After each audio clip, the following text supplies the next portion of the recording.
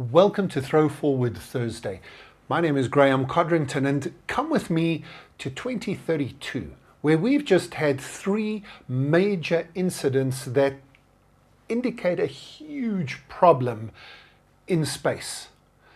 Way back in the early 2020s, we realized that the billionaires in particular were trying to rush into space.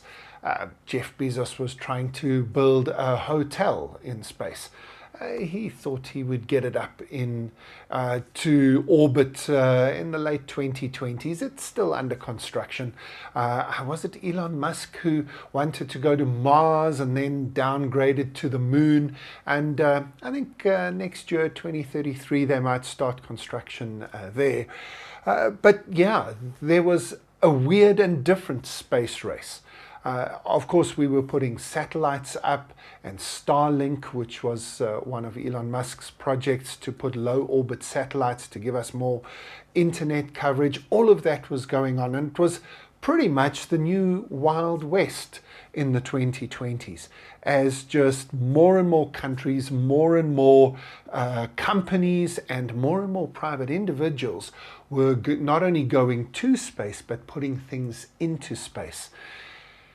And here we are in June of 2032. We've had three major incidents. The first was a whole lot of space debris that has been left by things that have broken down in space, sometimes blown up, sometimes just broken up. And this debris is now floating around. In space, there are two things that happen. One is called geostationary orbits, where basically a satellite sits over the same place on Earth and moves around with Earth.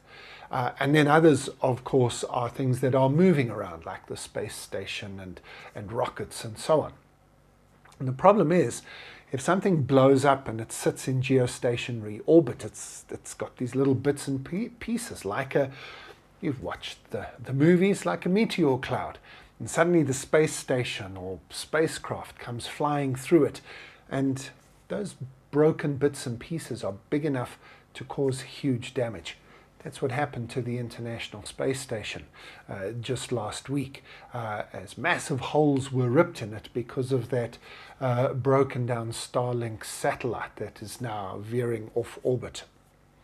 Of course, we've seen a number of satellites and a number of old abandoned rockets over the last few years actually find their way across to the moon and crash into the surface of the moon. I think the first one of those happened back in early 2022, and it was captured by an amateur astronomer who took pictures of that SpaceX abandoned rocket booster that crashed into the moon.